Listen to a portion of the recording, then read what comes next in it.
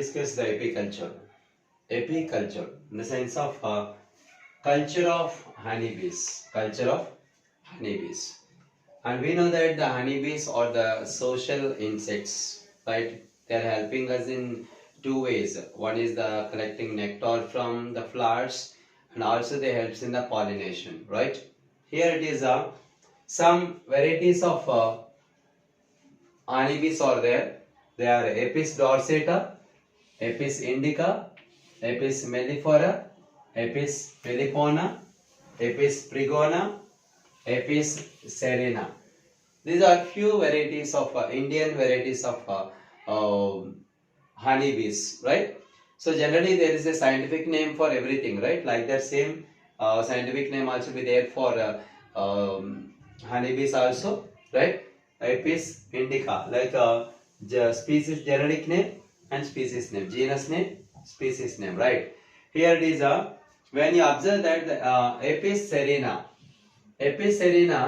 is the honeybee which can collect the 3 kgs to 10 kg of honey from the flowers in an year, right? For 1 year, it can able to collect the 3 kgs to 10 kg of honey from the flowers.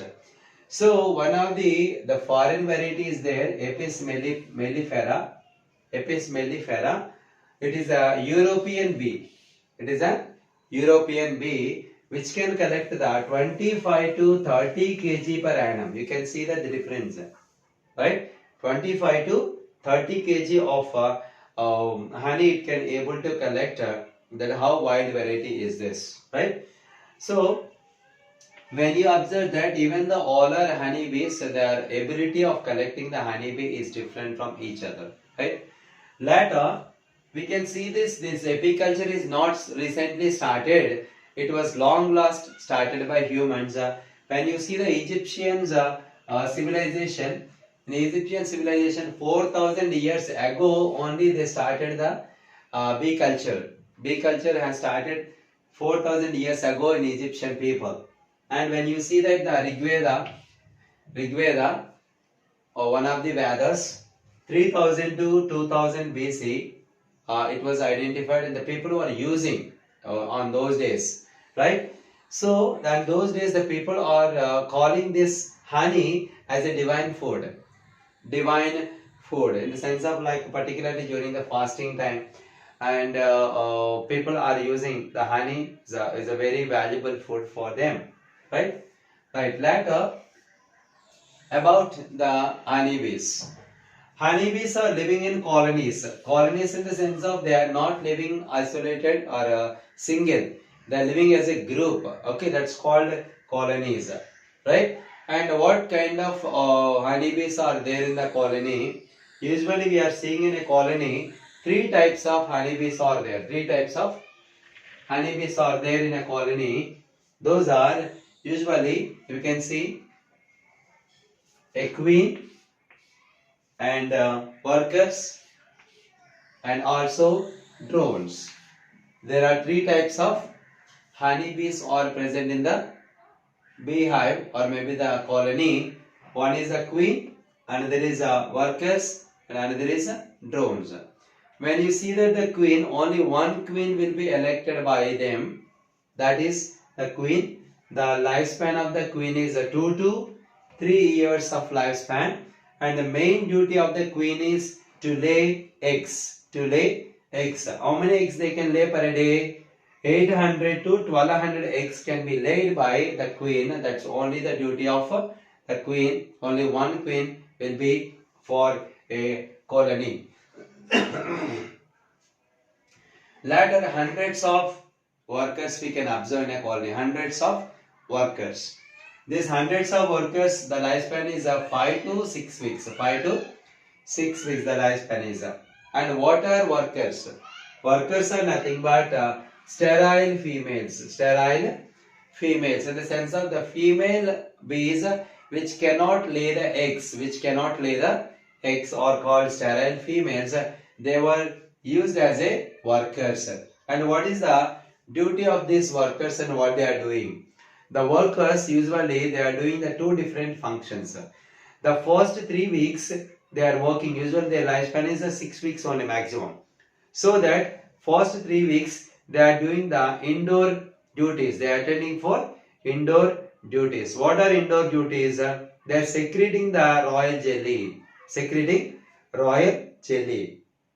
In the sense of usually the saliva like material coming out of the mouths of honeybees of workers is called royal jelly. That is they are secreting, and later they are feeding the broods. Feeding the broods.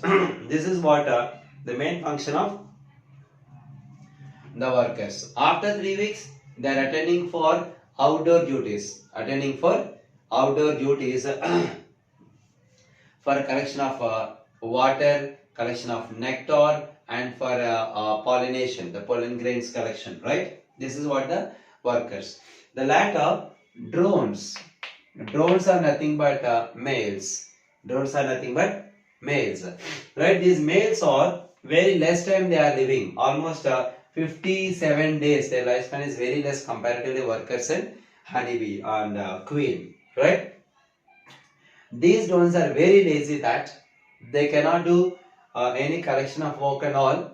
They can be protecting the honeybee hives. Okay, protecting. And one more function is that the drones are mating with the queen bee. Mating with the queen bee. After the mating process occurs in the air only. While they are traveling or flying in the air, they can mate with them. And these drones are, while immediately after mating with the queen, they can burst their stomach and immediately they will die. So whenever they will mate with the queen, that is the last day for them. Immediately they will die by bursting the stomach. And where they are collecting this nectar, and usually workers are attending for outdoor duties for collecting nectar. From where they are collected, there are sources of nectar here. Sources of nectar.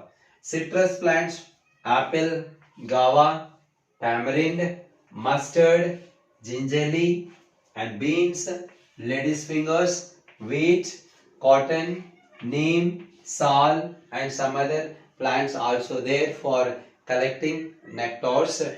And among them we can find some fruit plants are there, some vegetable plants are there, some timber yielding plants also be there. So they will choose particularly for from which plant they need to collect the nectar, right? And when you observe that during the drought conditions, like any famine conditions, like there is no plants, right? If there is no water, the plants also not growing properly. That's generally called drought condition. During such conditions, the honeybee hives are robbing the one honeybee workers or the team or colony of members are robbing the another beehive, right? So particularly during the drought conditions, the robbing process may take place, okay, for food only, nothing but anything else, right? And here it is, the honeybees bee culture is not only for nectar. There are other functions also. We found that because we are so much intelligent, so that the apis tincture, nothing but bee venom. Generally, when anyone trying to capture without protection the honey, usually they can attack and they will sting with the sharp weapon, right?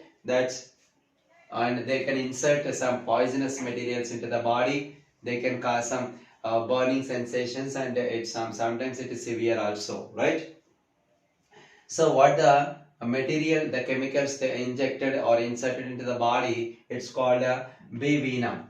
This bee venom is used for tincture in the particularly homeopathic medicines. Homeopathic medicines, they are using the bee venom as a tincture for relieving the persons from the bee bites, right? Later, not only the the honey, but also wax, that we have discussed that already. They can secreting royal jelly for construction of the chambers for storing the honey which they were collected from the flowers, right?